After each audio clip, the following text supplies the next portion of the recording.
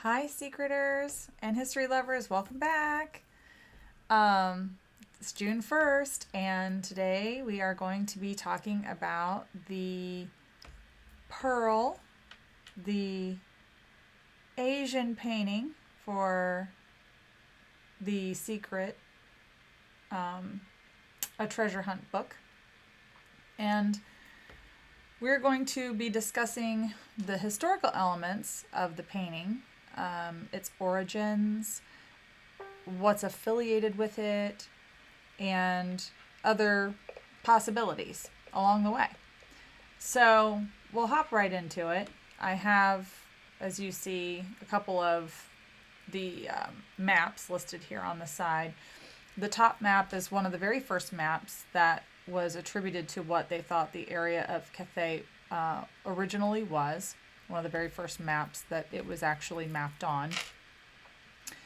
And a map below it that is showing as some of the tribes in the north and to the west of China were kind of pushing along and making Cathay smaller and smaller and smaller until it finally dissolves and it's no longer on any maps, I think around 1688. So what does this all mean? Well, I know some people have probably already researched and they understand that Cathay is a romantic name, a poetic name for the territory of China. So, but what's interesting here, and especially with the secret book and how it's kind of written and twisted in certain rabbit hole fashions, as we could say, darting in and out, kind of like whack-a-mole. China has a very complicated history of dynasties. And when we look and see that the name Cathay originates from the word Khitan, and of course that's a para-Mongolic nomadic people. And they ruled the Lao dynasty in northern China. So what's interesting though, and the further you go whenever you are researching the Khitan people, and I have posted a lot of links and descriptions for how the name has changed over time with additional links on my Patreon that you can go and subscribe there and read about the various elements of Cathay and really its importance in history as far as the Silk Road, the opium crisis that was imported by the Astor family, John Jacob Astor, and we'll get into all that. But for all intents and purposes, this is actually a word that is also Tartarian. And you say, well, wait a minute. The Tartars are supposed to be Russian. Cathay is supposed to be Chinese. And that's the way it's written in the book, that we have to understand that in some ways, this is almost one begets the other. And you say, why? Why would Byron write it in this way where, wait a minute, if I'm reading about Cathay and it comes from Khitan and the Khitan people are, based out of and around Uyghur and around a Russian area, I'm confused. And you should be. Because I think that he's wanting us to really dissect not only where these peoples come from, but also how they're connected. Because if you look at the front of the book, and Byron is dedicating the book to his Russian friends in the darkness, we know that Russia is obviously very communist, and we also know that China also very communist. So in 1980 and 81, we're just putting these books together, or this book together, and he's going into these different elements of, Chinese spying with the glitches, if you notice they're written about in the book. And in the back of the book, when we were talking about the Russian element of the tax burden and how governments essentially, if left unchecked, will ultimately try to rule over every aspect of your life and keep you at a certain level, which communism does. So, this is why I believe these two paintings, both the Russian and the Chinese painting, are so interconnected. And I know that John Palancar had mentioned that, it's like bookends in one of his interviews, looking at the paintings, bookends from one end of the United States to the other. And I think it's important to note that when you really do look up the Khitan people, you understand that that's an area of Tartary. So when in fact all of these groups, both Khitan, the Tartars, Cathay, all have a very close beginning together in those regions. And the Khitan, they are also known as Khidan in Chinese, and they were actually a part of the originating in the eastern inner Mongolia. And we can't forget too that up around those areas we have Manchurian as well, right? Because sometimes it can get super confusing. There have been so many dynasties that have warred over each other in China since the beginning of time, obviously. I mean, these sections of people that we are talking about, we're going back to 386 to 534 CE. And even prior to that, these really base level beginnings of these peoples. And I'm going to share a link here on my YouTube for folks to be able to read about the Khitan and the Lao dynasty. But also talking a little bit about what kinds of properties, when we talk about the fairies in the secret book, what properties they bring and how they got here, right? And we know we've talked a lot about the Silk Road. The Silk Road was an ancient trade route. It linked the Western world and really the rest of the world eventually, but with the Middle East and Asia. And it was a major conduit for trade with the Roman Empire and China. And then later between medieval European kingdoms and China. And I also have posted the trade routes, but you can look them up if they're also on my Patreon. I go a little bit more in detail there. But, where did it start and where did it end? So the Silk Road began in north central China in the Xi'an province, or what is actually in modern day Shanxi province. And a caravan track stretched along the west, along the Great Wall, across the Pamirs, through Afghanistan, and into the Levant and Anatolia. So its length was about 4,000 miles, or 6,400 kilometers, and goods were then shipped to Europe via the Mediterranean Sea once it traveled over. And so the Chinese merchants would export their silk to Western buyers from Rome and later from Christian kingdoms. Wools, gold, and silver would then travel eastward. And it's important to note this because, apart from material goods, religion was one of the West's major exports along the Silk Road. Early Assyrian Christians took their faith to Central Asia and China. And while merchants from the Indian subcontinent exposed China to Buddhism. And then, of course, sadly, disease also traveled along the Silk Road.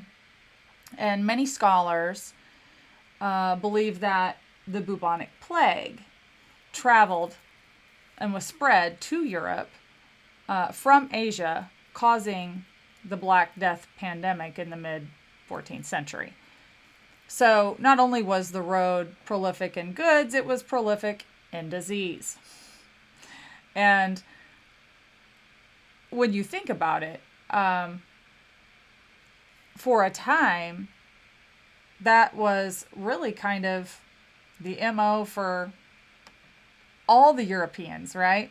Traveling around, going to different places and bringing back goods and disease.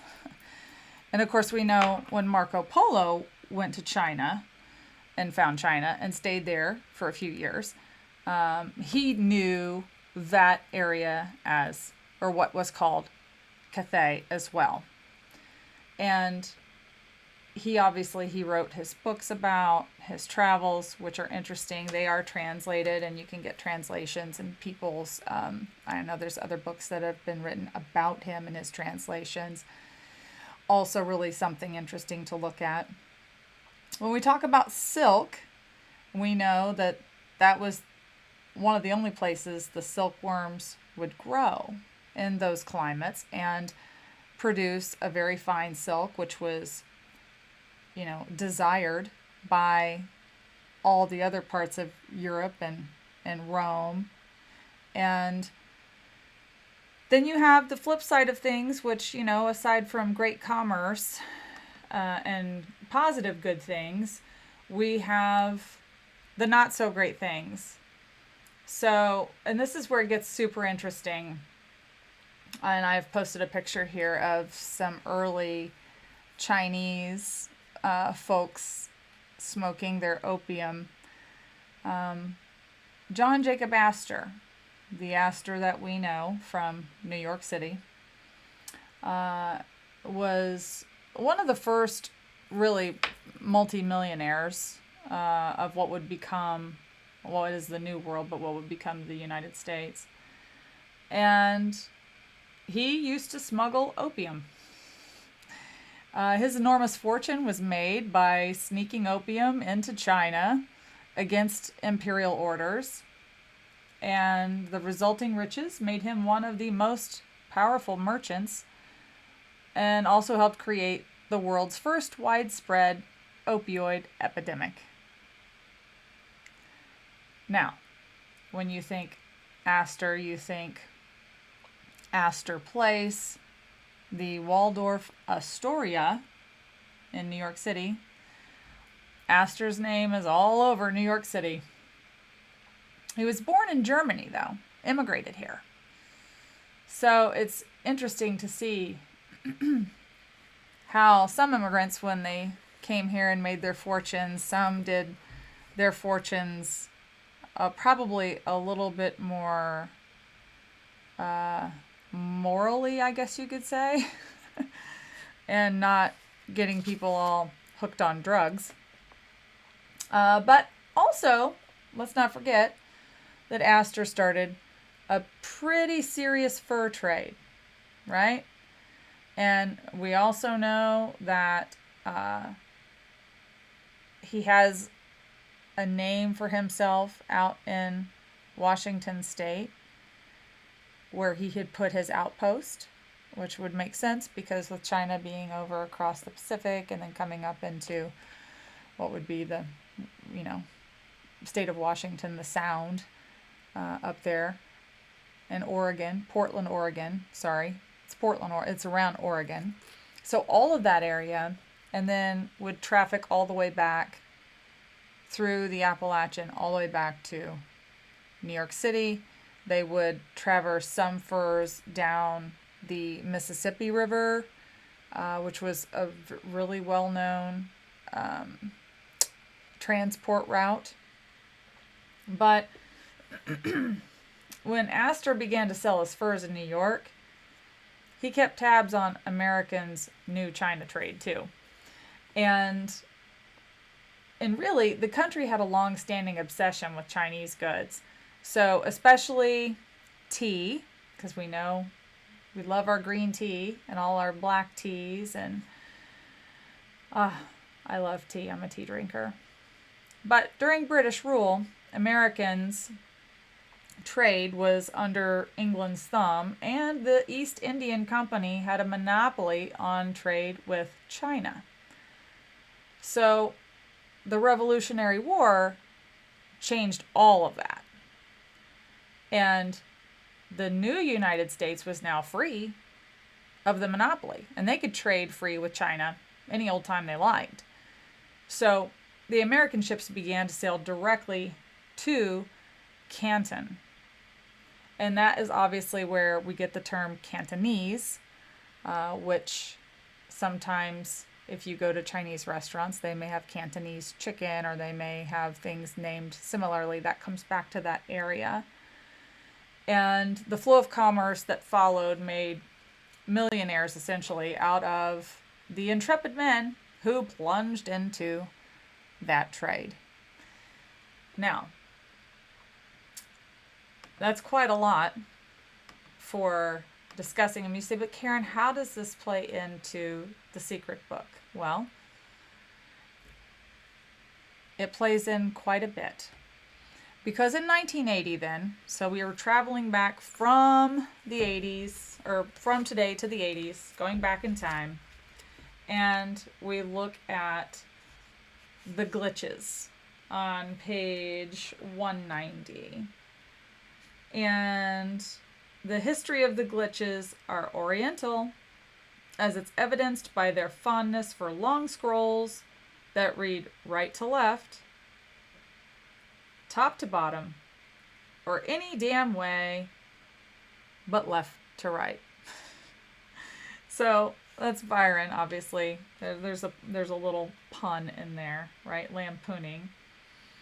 It is acknowledged among historians that the Japanese were passing the time with symbolic logic, riddles, and when the Europeans were still living in ditches, and this fact suggests that glitches immigrated from the floating world to the new one. Now, I want you to pay particular attention where it says that. I'm under the history section, by the way. It says the new one. Where's the wordplay here? Well, we know that new does not need to be capitalized, so we can underline that letter. And then you go and a little further where they first inspired and then infested the computer, right? We don't have to capitalize computer here. So there is another C. So for my word finders, for my cryptographers who are watching and reading these books, you have to pay careful, close attention to the letters. Where is Byron capitalizing where they don't need to be capitalized? Where is Byron italicizing where they don't need to be italicized? This is all part of wordplay. And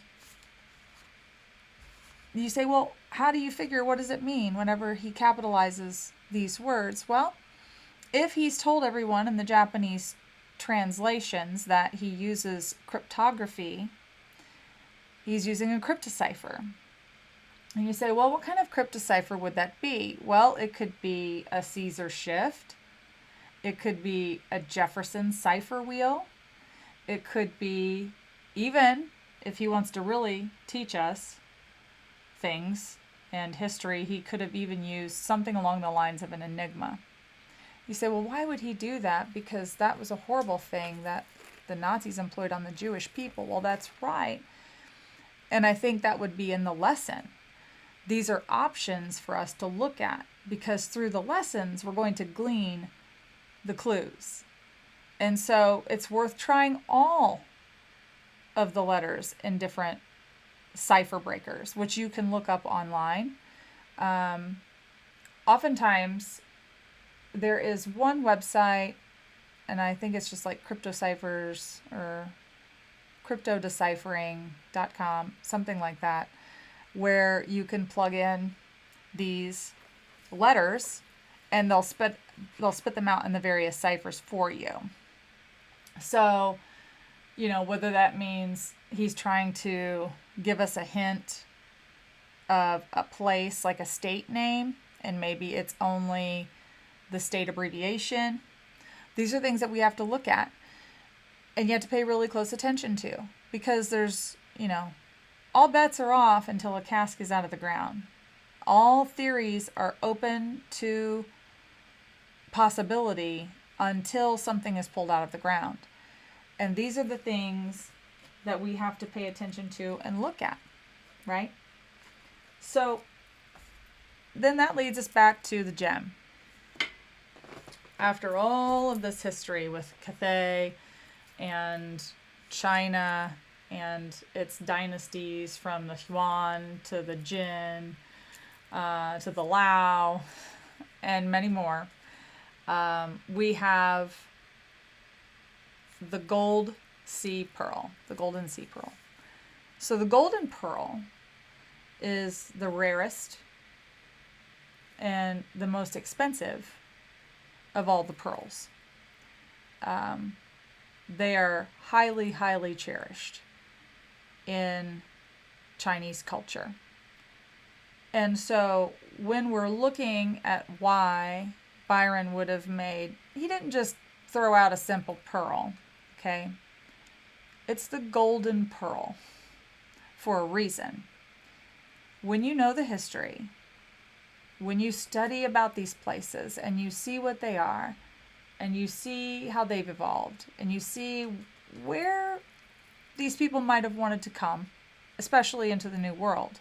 Now, mind you, in America, we have a pretty large influx of many types of immigrants. Chinese immigration, of course, fell under the Asian Land Act a little while back in the early 1900s, if we remember. So there was a time where we were only allowing so many of them to come, and then we completely stopped their immigration, and then we kind of allowed them again to trickle in here or there. But then, World War II, and we're throwing all of these Asians, Japanese, Chinese alike, into Asian concentration camps in our America. And so at that time, there's a lot of Asians that live along the western United States, particularly up around Oregon and Washington State, California, which I know most people are of the mind that the cask for the Chinese, the Golden Pearl, is actually in San Francisco. It may be. We do know that both San Francisco and New York City both have Chinatowns, and we know that San Francisco's Chinatown predates New York City's Chinatown by around approximately 13, 14, 15 years. However, there are more Chinese that live around New York City than in San Francisco. And there's even more Asians that live in Canada than the United States. And they are really kind of in areas of around Toronto and Vancouver, British Columbia, which is Seattle's sister city, by the way. So these are things that we think about whenever we're looking at the puzzle. We're trying to understand where Byron would have lent us to go. Where would we be led? Where is he trying to highlight these groups? Because if we look at Boston can get tricky, right? Because you would think it would be Irish because we have the Boston Celtics, but no. In Byron's mind, that's too easy. It's too easy. So we're dealing on a level of genius here that we really have to put our thinking caps on and walk through the process. Learn these things about the histories. Understand why he would have been, talking about, and why there are even glitches in the book, right? Because at the time, and even until today, we have a lot of what? Apple products being made where? China, right? Computers, phones, electronics, speakers, cameras, you name it. So not only was Byron teaching us the history, but he was also teaching us the current time, right? And what they contribute to our society. So with that, I hope that you guys can get logged on and look at Patreon, become a subscriber. It's $5 a month, but I have a lot more information on my Patreon where I go into detail about the pearls, about terracotta warriors, discussing the Great Wall, immigration, and much, much more. So, thanks for tuning in with me today. And if you can, follow us on our Facebook page, find our Facebook group. We're on Patreon. I have my website and YouTube, Discord, Twitter. Come join us. Come join the hunt. And we'll be glad to have you there. So, with that, you guys have a super fantastic rest of your week, and ferry on.